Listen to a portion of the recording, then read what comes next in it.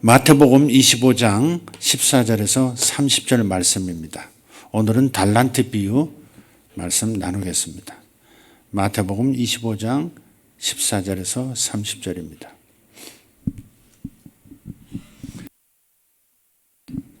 같이 읽겠습니다. 하늘의 왕국은 마치 먼 나라로 여행하면서 자기 종들을 불러 그들에게 자기 재산을 맡긴 어떤 사람과 같으니라. 그가 하나에게는 5달란트를, 다른 하나에게는 2달란트를, 다른 하나에게는 1달란트를 주되 각 사람에게 그의 개별적인 능력을 따라 주고 즉시 여행을 떠나니, 그때 5달란트 받은 자는 가서 바로 그것으로 장사하여 5달란트를 더 만들었고, 2달란트 받은 자도 그와 같이 하여 2달란트를 더 벌었으나 1달란트 받은 자는 가서 땅을 파고 자기 주인의 돈을 감추었더라. 오랜 시간 뒤에 그 종들이 주인이 와서 그들과 계산하니, 이에 5달란트 받은 자는 5달란트를 더 가지고 와서 이르되, 주인이여, 주께서 내게 5달란트를 맡기셨는데 보소서, 내가 그것들 외에 5달란트를 더 벌었나이다 하매, 그의 주인이 그에게 이르되, 잘하였도다. 선하고 신실한 종아, 내가 적은 것에 신실하였으므로 내가 너를 많은 것으로 다스릴 치리자로 삼으리니 너는 내 주인의 기쁨에 참여하라 하니라. 2달란트 받은 자도 와서 이르되, 주인이여, 주께서 내게 2달란트를 맡기셨는데 보소서, 내가 그것들 외에 2달란트를 더 벌었나이다 하매, 그의 주인이 그에게 이르되, 잘하였도다. 선하고 신실한 종아, 내가 적은 것에 신실하였으므로 내가 너를 많은 것을 다스릴 치리자로 삼으리니 너는 내 주인의 기쁨에 참여하라 하니라. 그때 1달란트 받은 자가 와서 이르되, 주인이여, 주께서는 엄한 사람이라 뿌리지 않은 데서 거두고 흩뿌리지 않은 데서 모으는 줄 내가 알았으므로 두려운 나머지 가서 주의 달란트를 땅속에 감추었나이다.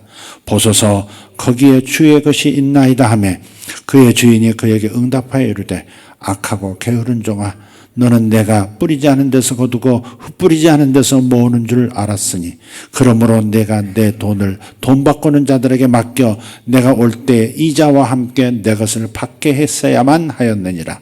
그러므로 그에게서 그 달란트를 빼앗아 10달란트 가진 자에게 주라.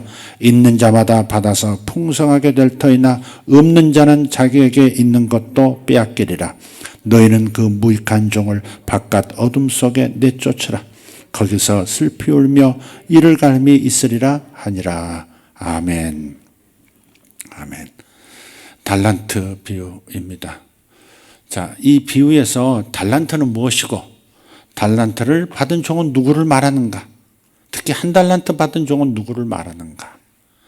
여기서 5달란트 받은 사람, 2달란트 받은 사람도 중요한 주인공 중에 역할이 있지만, 주인공으로서의 역할이 있지만 초점은 1달란트 받은 종입니다. 누구를 말하느냐? 1달란트, 2달란트, 5달란트 받은 종은 누구를 말하느냐? 이제 이 비유에 대해서 해석이 이렇습니다. 한 2가지 정도 나눌 수 있는데, 해석이 첫 번째는 뭐냐? 종들에게 맡긴 달란트는 하나님의 말씀이다, 이렇게 해석하는 거예요. 그래서 1달란트 받은 종은 그럼 누구를 말하는가? 바리새인이나 서기관이나, 말씀을 맡은 서기관이나, 혹은 더 나아가서 유대인 전체를 지칭하는 것이라고 해석하기도 합니다. 다시 말해서 그들에게 맡겨진 하나님의 말씀을 하나님의 뜻에 따라서 잘 적절하게 사용하지 못한 것에 대한 책망과 경고의 비유, 이것이 달란트 비유의 목적이요 의도다, 그렇게 해석하는 해석이 있어요. 하나님의 말씀을 맡았으니 말씀을 잘 활용해서 하나님께 영광 돌려야 된다는 거죠. 두 번째 해석은 이렇습니다. 종말에 관한 비유로 해석하는 사람들입니다. 그러니까 주인은 누구냐? 이 부자는 누구냐? 바로 그리스도시다. 종들은 누구냐? 제자들이다. 주인이 여행을 떠났다는 건 뭐냐? 부활한 다음에 승천하신 것을 말하는 것이다. 그리고 오랜 후에 귀환한다고 하는 것. 주인이 오랜 뒤에 돌아왔다는 것은 뭐냐? 재림이 지연되는 것처럼 느낀다는 것이다. 와가지고 회계, 정산하는데 이건 동계산은 뭐냐? 하나님의 심판을 말한다. 돌아오셔서 심판하실 것을 말한다. 잔치는 뭐냐? 구원의 잔치를 말하고 심판은 뭐냐? 최후의 심판, 영원한 심판을 말하는 것이다. 그렇게 해석하는 거예요. 종말에 관한 비유로 이해하는 겁니다.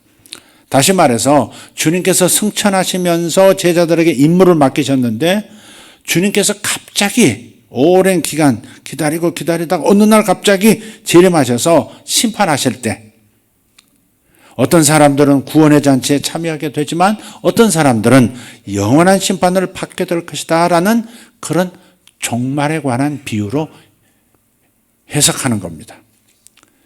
말씀의 사역, 또 하나는 종말에 관한 비유.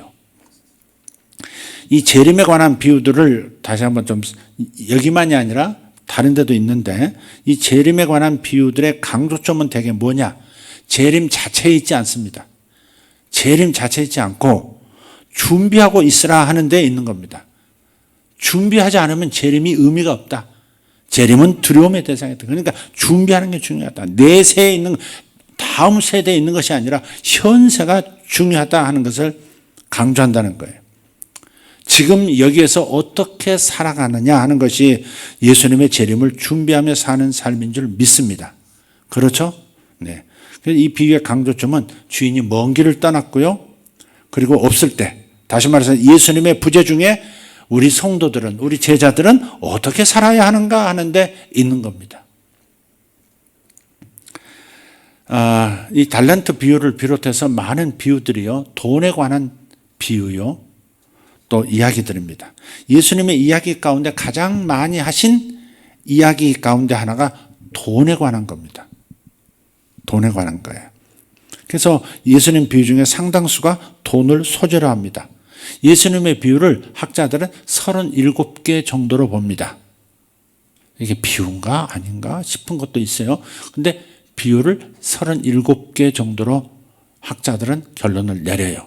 근데 그 중에 거의 반, 그러니까 18개가 돈을 소재로 한 비유입니다. 돈을 가지고 말씀을 하세요.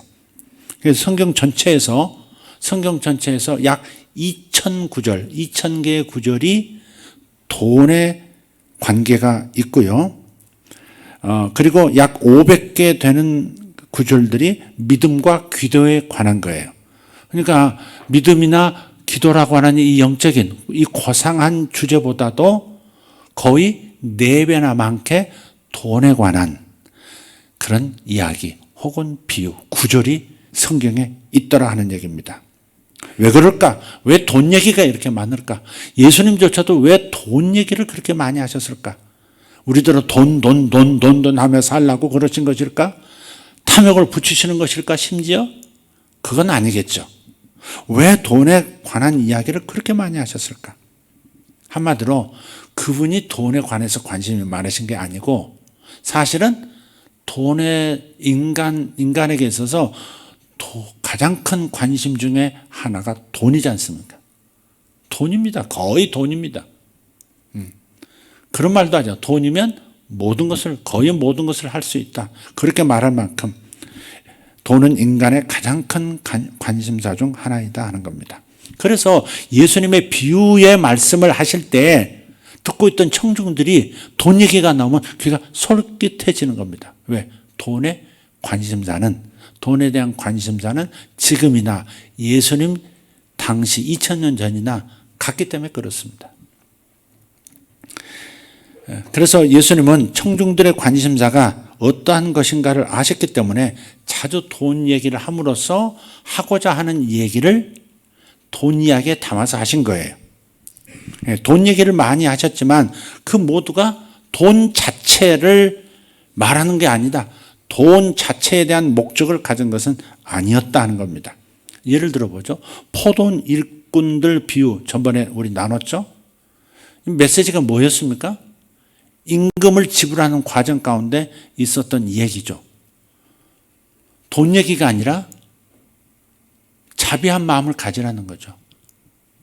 일찍부터 나와서 자기를 써달라고, 오늘 내가 이 일을 못하면 우리 가족을 먹일 양식을 구하지 못한다고 하는 그 절박한 노동자들의, 절박한 사람들의 그 애달픈 삶을 주인이, 즉 하나님께서 불쌍히 여기시더라. 그래서 해질녘에 다 해가지고 와서 질쯤에 와서 1시간 일한 사람에게도 한 달란트, 새벽부터 와서 일한 사람에게도 한 달란트가 아니라 한 문화를 줬다. 한 개를 줬다 그랬잖아요.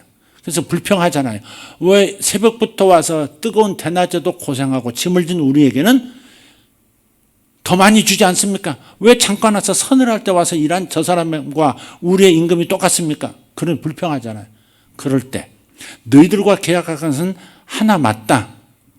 한 문화를 주는 게 맞다. 그러나 늦게 왔다고 10분의 1을 주면 저 사람은 자기 입에 풀칠할 양식도 못 산다.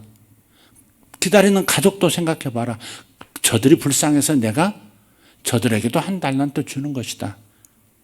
내가 부당한 것이냐? 이렇게 물으시잖아요. 그러니까 결국 돈에 관한 얘기, 임금에 관한 얘기를 하시면서 주님은 하나님의 자비로우신 마음, 하나님의 불쌍히 여기시는 긍휼하신 그 마음을 깨달으라고 이 돈에 관한 비유를 하신 거예요. 그죠? 그냥 임금 얘기가 아니었다는 얘기죠. 또 용서할 줄 모르는 종의 비유가 있습니다. 1만 달란트 빚진 자가 임금에게 탕감을 받았어요. 그런데 탕감받고 나가자마자 평생 갚아도 못 갚을 돈을 15만 년을 일해야 갚을 수 있는 이 빚을 탕감받았단 말이에요. 그런데 나가다가 불과 100데나리온 빚진 친구를 만나서 그 사람 멱살을 붙들고 돈 빨리 내놔, 갚을 테니까 기다려줘. 안 돼. 지금 못 갚은다면 감옥에 넣을 거야. 감옥에 쳐넣어버렸단 말이에요. 그 사람을 왕이 다시 불러다가 네가 이렇게 큰 탕감을 받았으면 그 작은 빚을 진 사람에게 좀 기다려줄 수 있지 않냐. 근데 그걸 감옥에 넣어? 다시 원점으로 돌아와.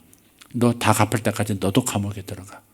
라고 말씀하심으로써 용서할 줄 아는 사람, 은혜를 받은 것에 대해서 하나님께 그 큰 일생의 죄를 용서받고 영생의 생명을 얻은 자로서 이 땅에서 살면서 있으면 좋지만 없어도 될 만한 그런 것들에 용서하지 못하고 기어이 해결해 보겠다고 덤벼드는 사람들의 무자비함에 대해서 지적하시고 주님처럼 하나님처럼 자비한 마음, 긍휼한 마음, 용서하는 마음을 가지고 살아라 하는 것을 돈을 가지고 얘기하신 거예요. 1만 달란트 100데나리온, 이것이 돈 자체가 주님의 메시지의 목적이 아니라 아버지의 자비하심, 또 아버지의 자비하심을 따라 너희도 그와 같이 용서하며 살아라 하시는 메시지를 하신 거잖아요. 돈이 목표가 아니에요. 돈 이야기가 목적이 아니다. 돈 이야기를 통해서 솔깃해하는 사람들의 돈 이야기를 통해서 결국 본질적인 인간의 가장 아름다운 본질을 회복하라고 하시는 하나님의 말씀을 지금 주님이 하시는 거예요. 또 얘기해 보죠. 잃어버린 드라크마 얘기입니다. 그 드라크마는 돈이죠, 돈. 잃어버린 드라크마 비유가 있어요. 10개 중에서 하나가 없어졌어요. 그걸로 목걸이를 해가지고 이렇게 목에 이제 다 이렇게 걸고 다니기도 했는데 하나가 없어진 거예요. 그래서 열심히 온 집안을 찾아다니면서 막 빗자루로 쓸고 난리 하다가 하나를 찾는 그 이야기예요. 이 이야기는 드라크마, 돈에 관한 이야기가 아니고 돈 얘기를 통해서 시작한 이야기가 결국 하나님 아버지는 잃어버린 한 영혼을 찾으시기까지 온 세상을 훑고 다니신다. 우리들이 왜 나는 구원해 주세요? 왜 저 사람은 구원해 주지 않습니까? 그렇게 말하지만 그게 하나님은 말할 수 없는 애통한 심정으로 잃어버린 영혼을 찾기 위해서 지금 역사하고 계신다 하는 것을 말씀하는 거. 그게 그 비유의 목적이죠. 탕자 비유도 돈 얘기입니다.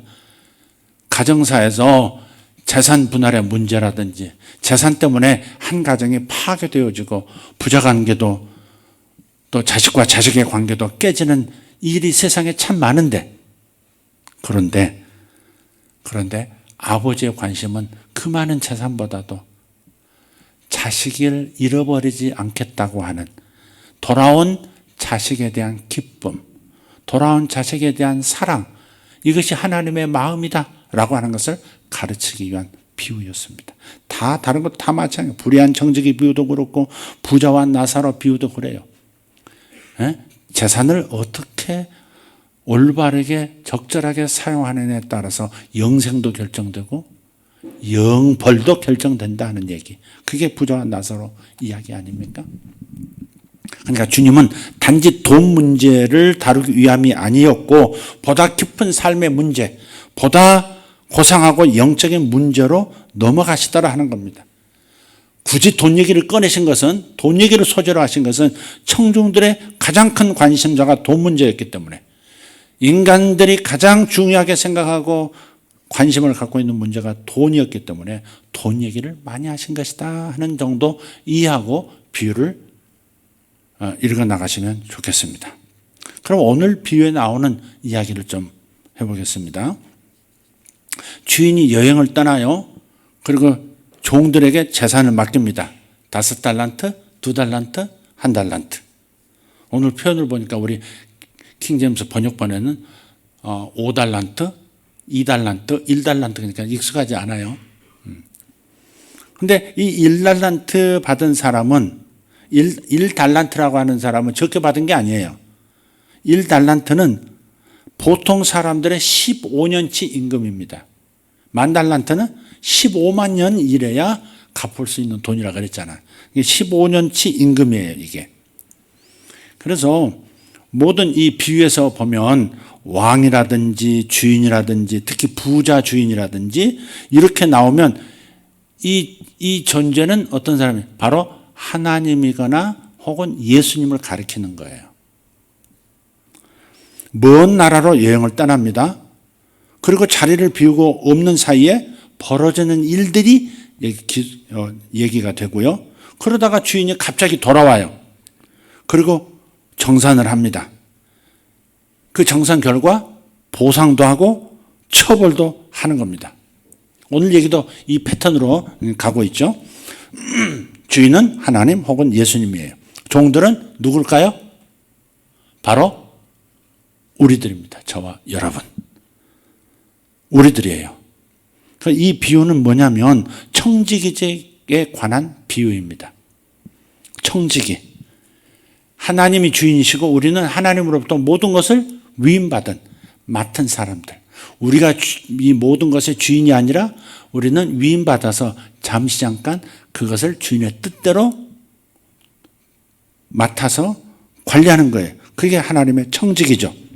그래서 하나님의 청지기로서 어떻게 해야 하는가, 어떻게 살아야 하는가, 이것을 보여주는 비유입니다. 한마디로 청지기는 마음대로 하는 사람이 아니라는 겁니다. 그죠? 청지기는 마음대로 하는 사람이 아닙니다. 맡겼다고 하지만 마음대로 해서는 안 되는 것이 이 비유를 해석하는 중요한 열쇠 중에 하나입니다. 그리고요, 이 비유를 보면 주인이 종들에게 어떤 사람에게 5, 어떤 사람에게 2, 어떤 사람에게 1 줬는데 이거 불공평한 아니냐? 왜 사람을 차별대우 하느냐? 기분 나빠서 1달란트 받은 사람이 그렇게 한 거 아닐까? 이렇게 접근하는 사람도 있어요. 근데 그렇지 않아요. 여기 분명히 말씀하고 있어요. 오늘 본문에. 각자의 능력에 따라. 25장 15절에 그의 개별적인 능력에 따라 주고 그러셨어요. 개별적인 능력에 따라. 아니 2달란트를 감당할 수 있는 사람에게 5달란트를 맡기면 사고 날 가능성이 있죠. 어린아이에게 함부로 칼을 맡기지 않잖아요. 엄마 나 하고 싶어, 나도 양파 썰고 싶어, 나도 오이 좀 썰어볼 거야. 그러지만 그 칼을 어린 아이에게 맡기진 않잖아요.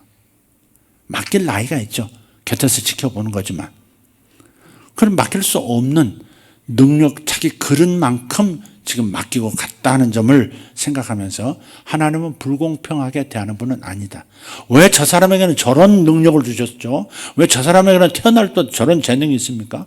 누구는 저렇게 드럼을 잘 치고, 누구는 왜 이렇게 박자도 박치고 못 맞추고 말이죠. 왜 이렇습니까? 누구는 노래를 저렇게 잘하는데 왜 나는 못합니까? 누구는 저렇게 그림을 잘 그리는데 왜 나는 못합니까? 저 사람은 어떻게 저렇게 돈을 손을 대는 것마다 막 쓸어 모으는데 저는 왜 이렇습니까?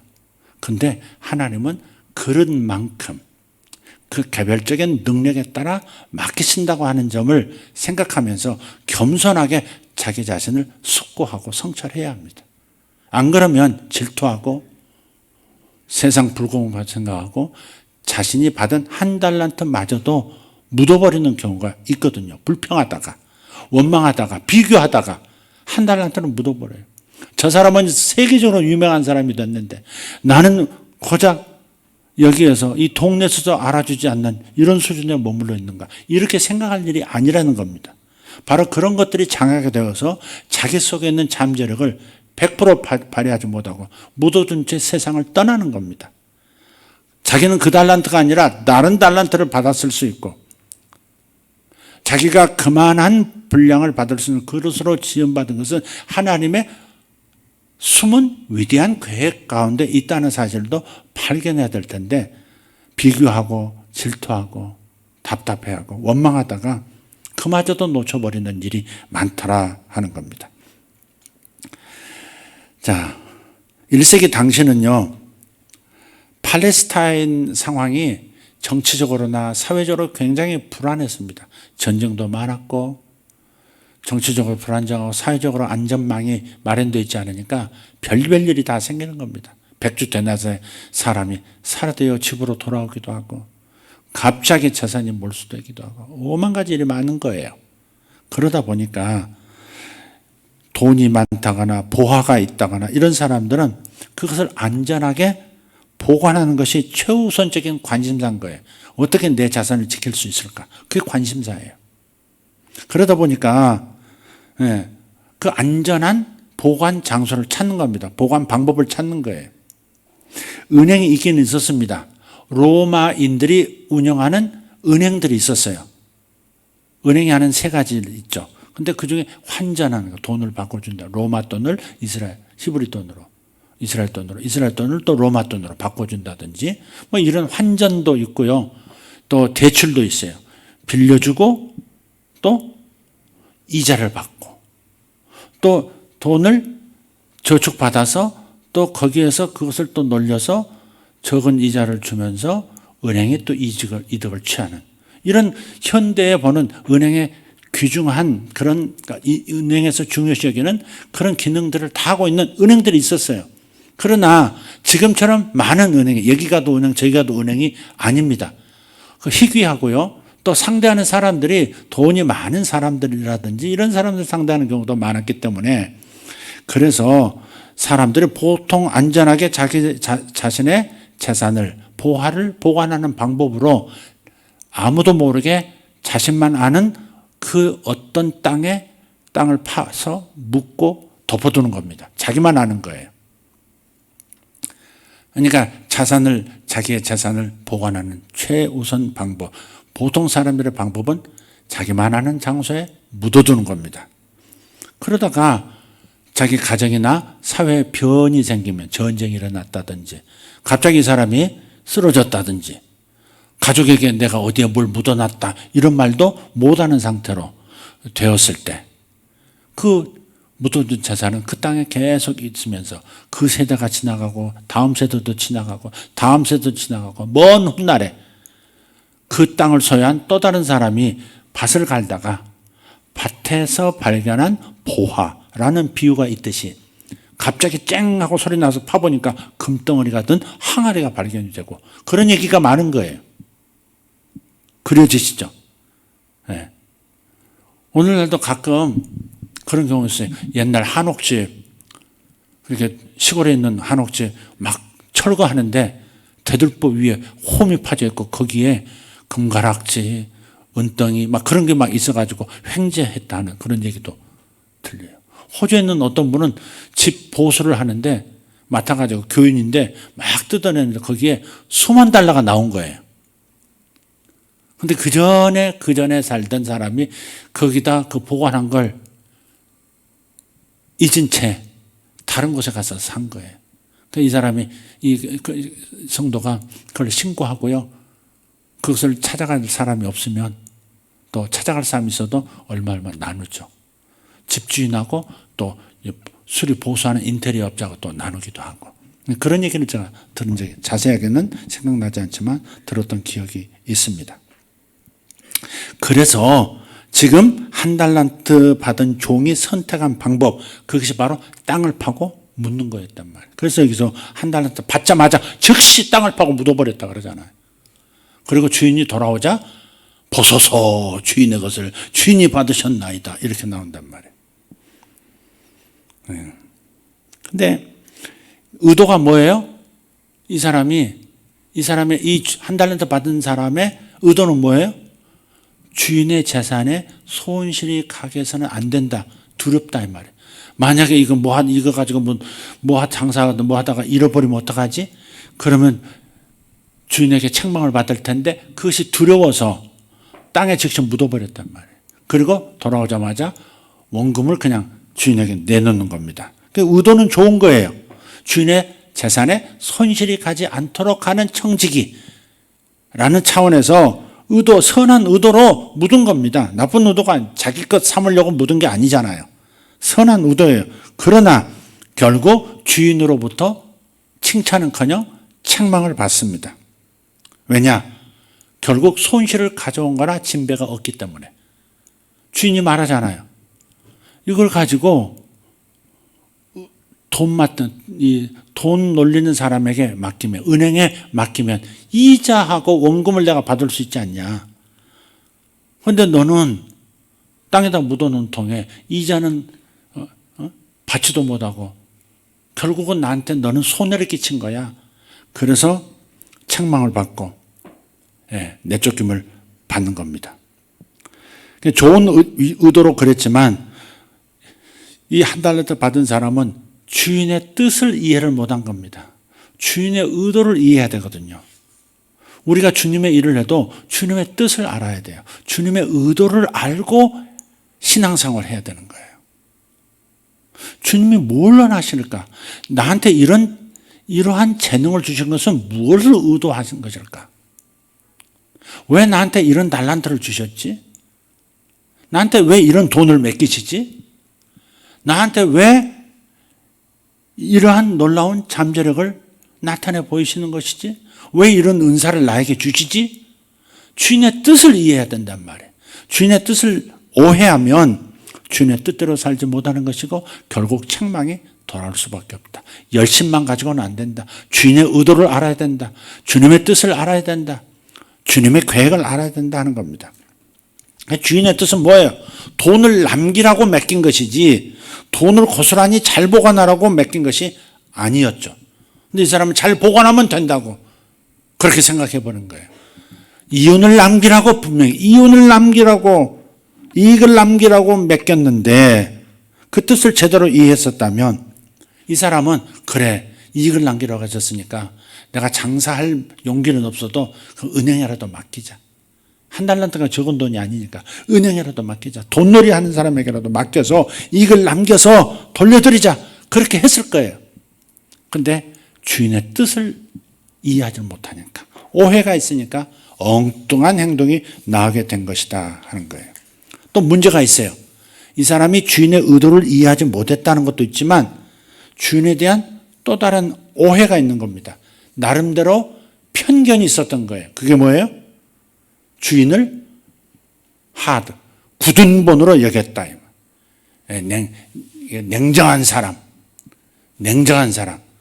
냉정한 사람으로 그래 여긴 거예요. 그래서 두려워했다는 거예요. 두려워서 묻었다는 거죠. 그래서 우리가 배워야 될 것은 이런 겁니다. 하나님을 두려워만 하는 사람과 하나님을 두려워하면서 또한 하나님을 사랑하는 사람이 되어야 신실한 청지기직을 감당할 수 있다는 겁니다. 우리 다 청지기라 그랬잖아요. 하나님께서 여러분에게 대한민국도 맡기셨고요. 저와 여러분이 대한민국도 맡기셨고 우리 교회도 맡기셨어요. 여러분 교회에서 은혜만 받는다고 생각하시면 안 되죠. 여러분 이 교회를 여러분이 맡은 거예요. 저와 여러분이 교회를 지금 하나님께 받아서 맡은 거예요. 여러분의 재능, 여러분의 은사, 여러분이 가진 돈 버는 재능들 전부 하나님께서 맡기신 거예요. 그런데 하나님을 두려워만 하면 하나님께서 뭐 이렇게 해서 내가 예를 들어 11조 합시다. 11조 드리면서도 내가 11조 안 드리면 하나님께서 내 사업을 치실지도 몰라. 하나님께서 내 삶에 물질적인 어려움을 주실지도 몰라. 그런 두려움 때문에. 뭐 그런 경우, 그런 예도 여기 있어요. 너희가 11조를 하지 않음으로써 내 것을 도적질했다. 그 도적질한 결과 그래서 너희가 성공하지 못하고 농사도 성공하지 못하고 목축업도 성공하지 못하고 나라도 그래서 망한 것이다. 그렇게 말씀했거든요. 그렇다고 해서 하나님을 두려워만 해서는 안 된다는 거예요. 하나님을 두려워해서 내가 그래서 11조를 안 드리면 안 돼 하는 입장에서 11조를 드리고 있다면 여러분 절반의 성공을 한 거고 절반만 주님의 뜻을 이해한 거예요. 우리가 11조를 드리더라도 나를 구원하시고 나에게 이렇게 복을 주시고 이렇게 먹고 살 수 있는 재능을 주시고 열심히 일할 수 있는 건강도 주신 거 너무 감사하다. 그리고 더 큰 약속이 있지 않냐? 하늘에 11조를 채움으로써 땅의 창고가 넘쳐나도록 하겠다는 약속이 있지 않냐? 복의 약속이 있지 않냐? 그러니 내가 어찌 11조를 드리지 않을 수 있겠느냐? 주님이 나를 이토록 사랑하시니 나도 주님을 사랑한다. 너무 감사하다. 너무 감사하다 하면서 11조를 드리고 예물을 드리고 헌신하는 거예요. 내가 여기에 동참 안 하면 하나님께로부터 눈밖에 나가고 또 교회에서도 눈치가 보인다. 그러니 억지로라도 해야 된다. 이렇게 돼서는 안 된다는 거죠. 주인에 대한 오해, 주인에 대한 편견, 주인이 굳은 마음을 가진 사람이다. 냉정한 사람이다. 예. 바늘로 찔러도 피 한 방울 안 날 사람이다. 얄짤없다. 그렇게 생각해서 두려워서 행동하는 것들은 그것은 실패를 가져오게 돼 있다. 두려워만 하는 사람은 좋은 청지기가 될 수 없다. 이게 이 말씀의 마지막 깨달아야 할 부분입니다. 그래서 하나님의 말씀도 하나님께 받을 징벌을 두려워했기 때문에 지키는 사람에게는 상급이 없습니다. 상급이 없어요.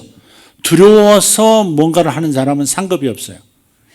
뭐 지키는 것은 성공했다 쳐요. 그 말씀대로 지켰다. 그러나 두려워서 지킨 사람은 상급은 없다. 그냥 지킨 것으로 끝난다 하는 겁니다. 그래서 진정으로 하나님을 두려워하면서도 하나님을 그 은혜에 대해서 사랑하는 마음으로 순종한 사람에게만이 상급은 주어지는 것이다. 이걸 꼭 잊지 마세요. 예물 드릴 때, 여러분이 헌신할 때, 여러분이 무언가 하나님의 나라를 위해서 헌신할 때 두려워서만 하는 것은 하나님은 두려우신 분이죠. 정말 두려우신 분입니다. 두려우신 분입니다. 두려우신 분이세요. 그런 책을 봤어요. 이번에 서점에 갔더니 여기 오리어 영풍문고를 갔더니 오랜만에 밤에 갔는데 약간 느낌 이상해요. 그래서 물어봤어요. 그 점원에게 오늘 분위기가 조금 약간 이상한데 뭔 일 있습니까? 그랬더니 오늘이 마지막 마지막 날입니다. 오늘부로 영풍문고 얘기 닫습니다. 없어집니다. 그러더라고요. 그 얘기 내가 물어봤으니까 대답했지. 안 물었으면 지금 뭐죠? 뭐 쌓이는 거, 마일리지 쌓인 거. 그거 못 찾아 먹을 뻔했잖아요. 그럼 책 한 권 딱 구했는데 샀는데 이거 다 빼주세요. 그래가지고 싹 빼고 다행이다. 다행이다. 그래서 나왔는데 마지막 그 영풍문고에서 눈에 탁 들어온 책이죠. 제목이 참 재밌어요. 팬데믹, 코로나19 신의 화살. 제목이 신의 화살이에요. 신의 화살. 근데 밑에 부제가 코로나19 전염병이 신의 화살이라. 그분이 크리스찬 같지는 않는데 세상 책인데 그 세상의 학자인데 그 신의 화살이라는 어떤 표현을 이렇게 썼을까? 아무리 생각해도 전염병은 신만이 사용할 수 있는 어떤 목적을 위해서 사용할 수 있는 특별한 어떤 도구가 될 수 있다. 아마 그런 차원에서 쓴 거 아닌가 싶어요. 코로나가 하도 이제는 막 지겨워서 그 책을 그 내용 목차라도 들어보면 소리를 대략 짐작하겠는데 보기도 싫더라고요. 신의 화살 그러니까 재밌어서 자세히 보니까 전염병 그렇게 돼 있더라고. 그래요. 하나님 들어오신 분, 하나님은 전염병을 사용하시지 않아요. 이번 코로나를 하나님이 사용하셨다. 그렇게 내가 단정적으로 말은 못하지만 성경에 많은 경우에 하나님께서 전염병을 당신의 화살로 사용한 경우가 많이 나오잖아요. 다윗도 그 일을 당하지 않습니까? 다윗이 하나님 앞에 교만해가지고 엉뚱한 짓을 했어요. 마귀가 기뻐하는 짓을 했어요. 그래서 성경에도 사탄의 감동을 받아서 다윗이 그 짓을 했다고 나와요.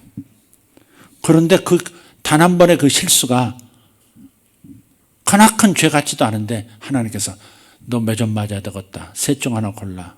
이렇게 나와. 셋 중 하나 골라. 직접 얻어 터질래? 아니면 뭘로 터질래?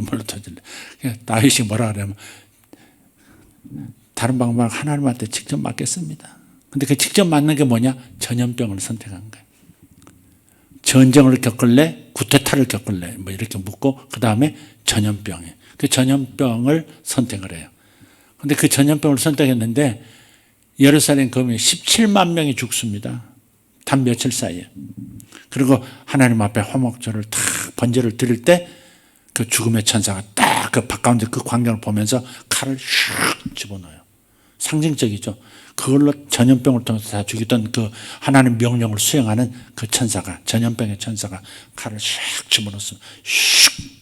뽑히는 소리 들리면 큰일 나. 슉! 이렇게 뽑히는 소리 들리면 큰일 나는 거예요. 오늘 기도 한번 해보세요. 슉! 소리가 들리는지, 슉! 슉! 이 소리가 들리는지. 여러분, 촉촉 소리가 들리기를 축복합니다. 네, 하나님 두려우신 분 맞아요. 두려우신 분 맞아요. 그러나 두렵기만 해서는 안 된다. 두려워만 하던 사람들이 구약의 율법 아래 있었던 성도들이거든요. 율법은 무서워요. 이거 잘 지켜야 겨우 복을 받고요. 이거 안 지키면 막 저주 받는 거예요. 하란 걸 안 하면 저주 받고 하지 말라는 걸 하면 또 저주 받는 거예요. 그게 613가지야. 항목이 613가지. 이걸 다 지켜야 복을 받아요.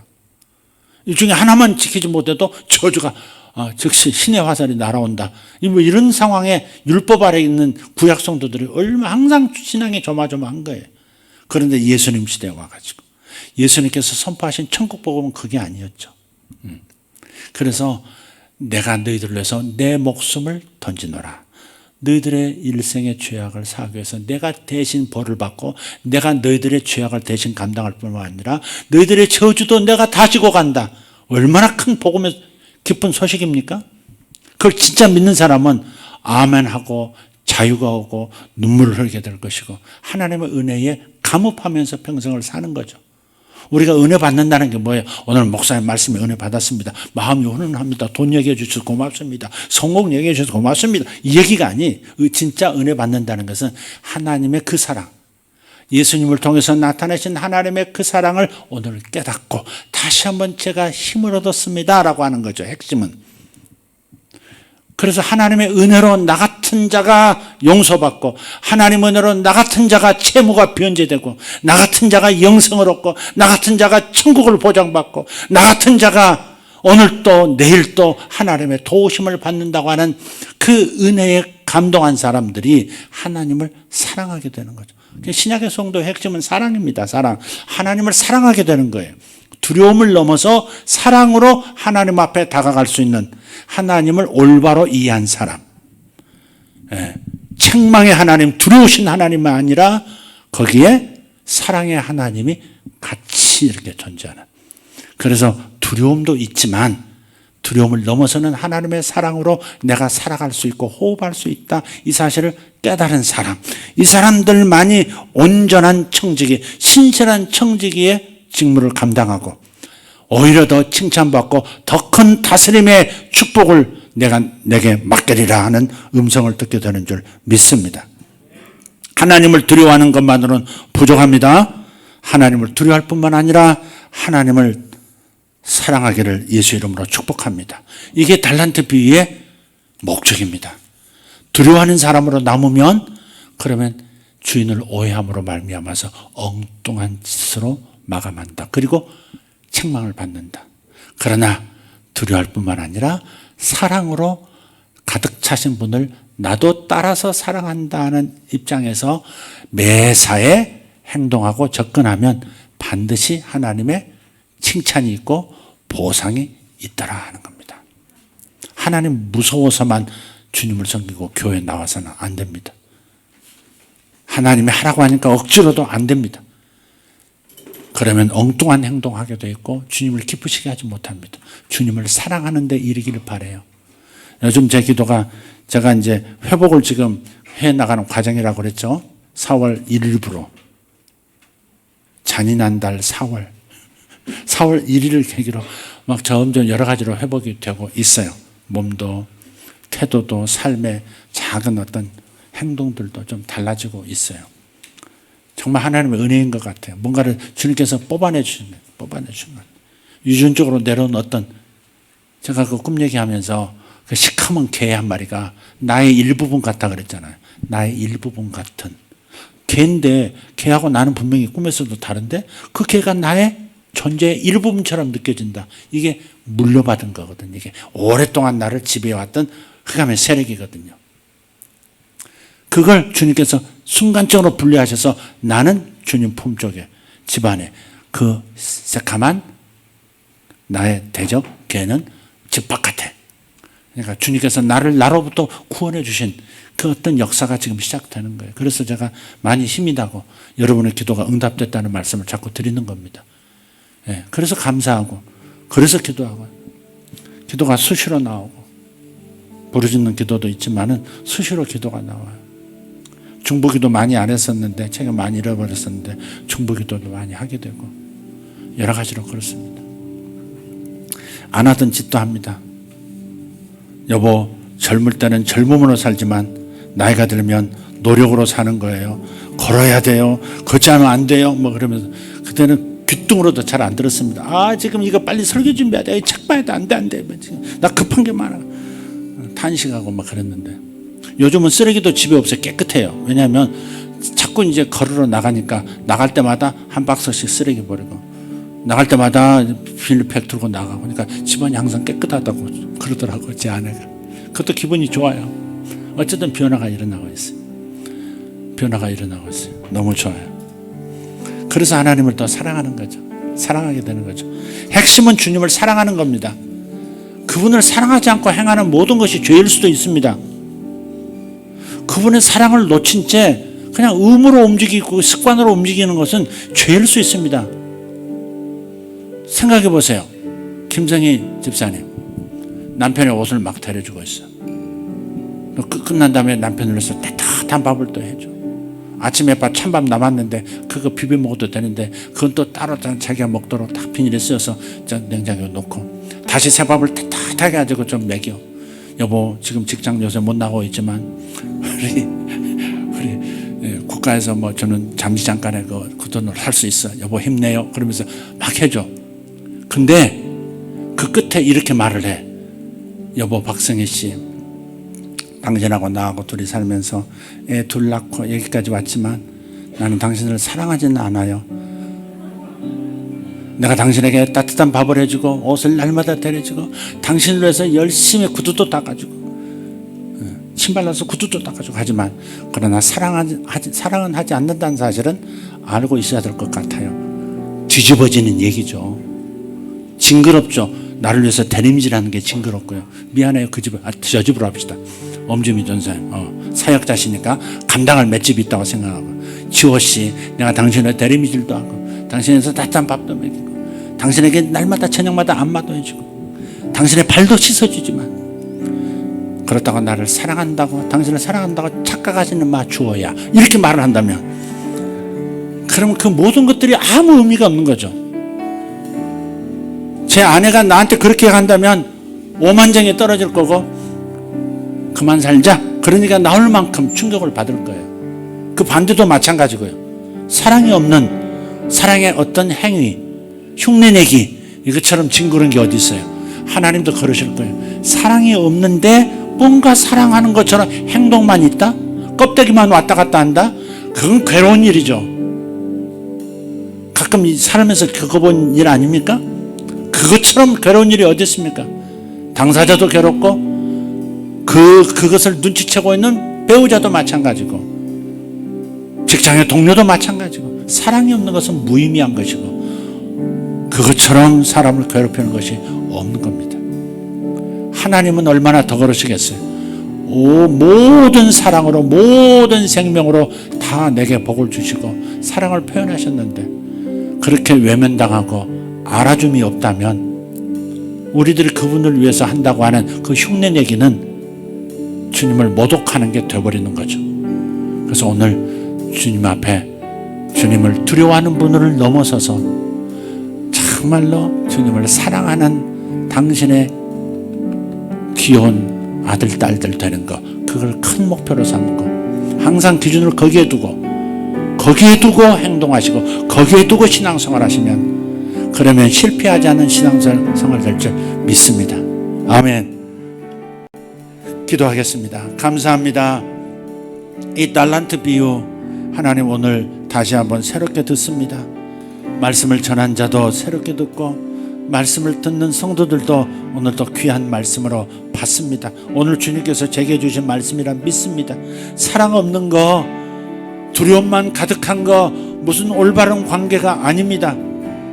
인간과의 관계도 두려움만 있을 뿐 사랑이 없는 관계, 사랑은 있지만 권유에 대한 그리고 두려운 분을 두려워할 줄 모르는 그런 태도, 둘 다 문제지만 하나님 사랑 없는 것이 더 큰 문제입니다.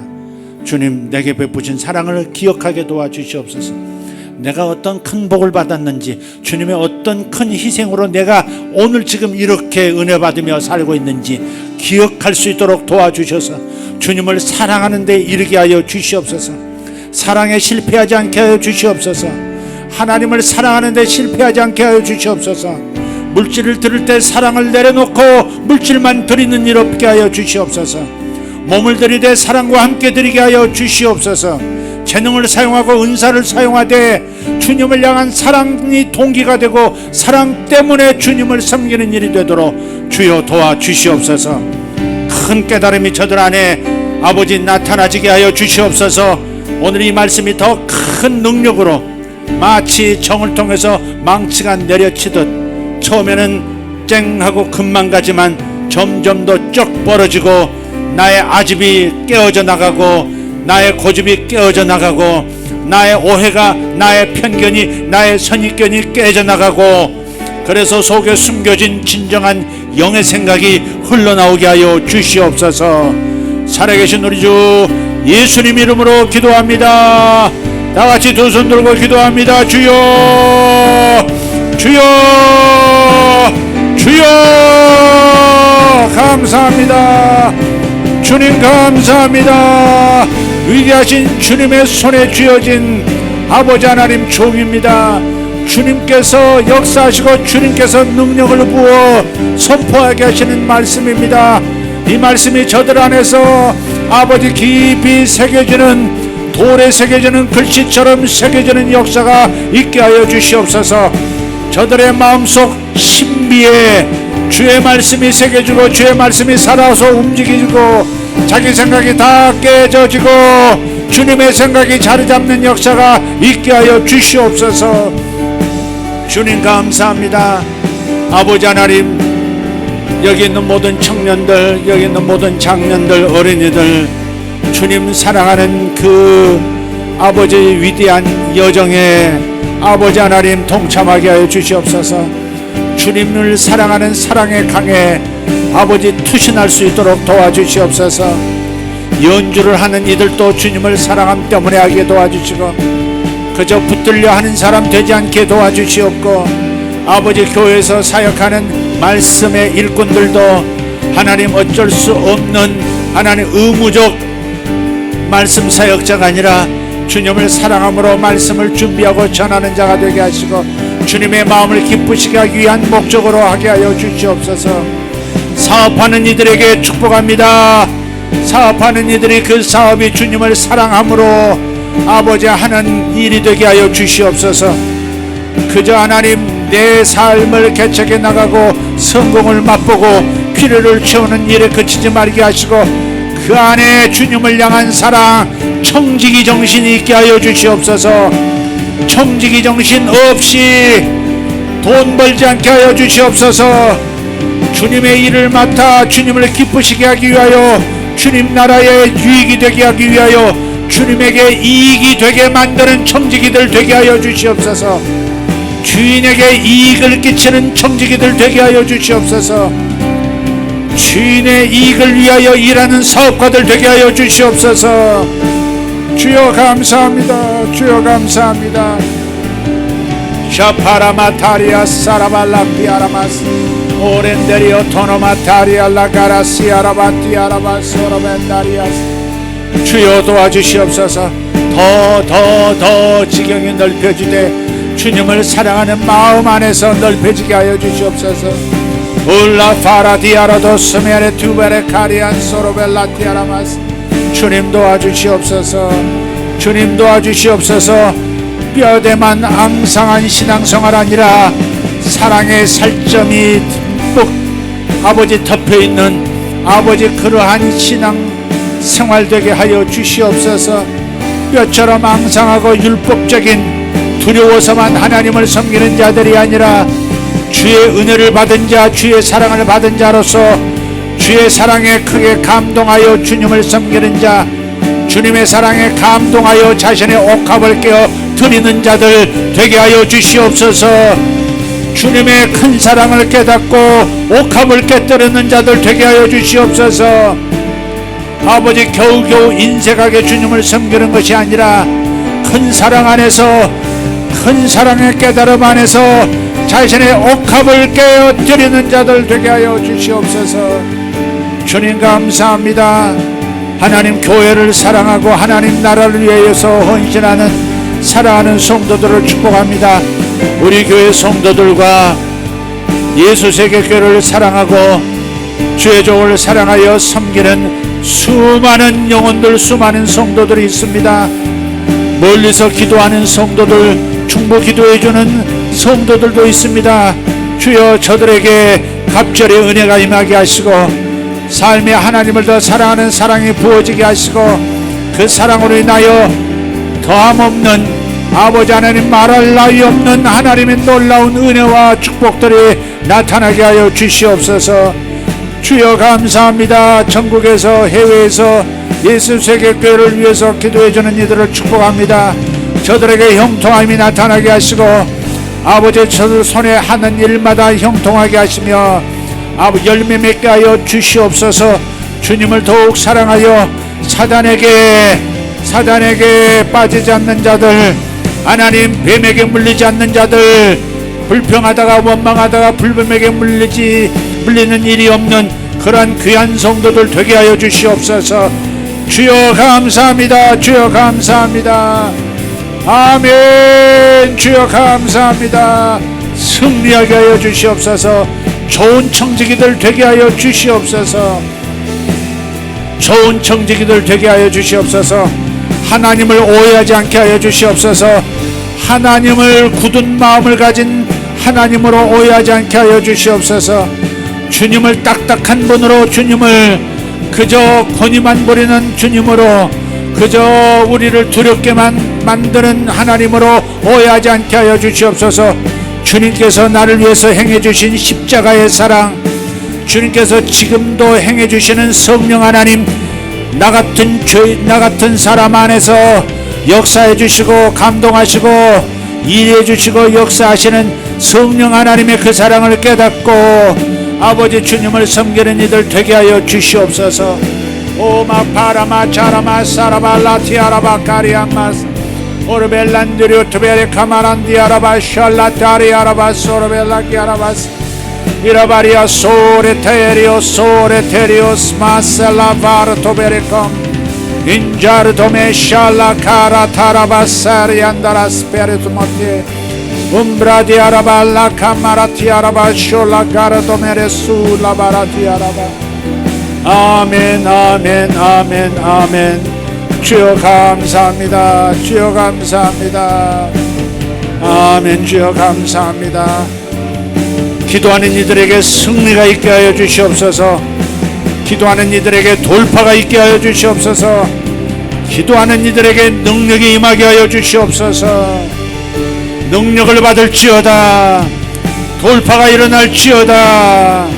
응답이 있을지어다. 배가가 있을지어다. 자녀들이 형통할지어다. 하는 일이 열릴지어다. 주여 감사합니다. 집집마다 복이 넘칠지어다. 아멘. 주여 감사합니다. 영광 받아 주시옵소서. 아멘 아멘 아멘 아멘 아멘. 선포하며 기도합시다. 여러분과 여러분이 사랑하는 이들에게 선포하며 기도합시다. 주여 감사합니다. 아버지 하나님, 강건하게 될지어다. 주 예수 이름으로, 주 예수 이름으로 배가 될지어다. 주의 이름으로 주를 사랑하는 자들이 될지어다. 주의 이름으로 형통한 일이 생길지어다. 주의 이름으로 기적이 나타날지어다. 주의 이름으로 이적이 나타날지어다. 아멘 아멘. 오바라비아라바 소레벨라 기엄마나스. 아멘 아멘. 주님 감사합니다.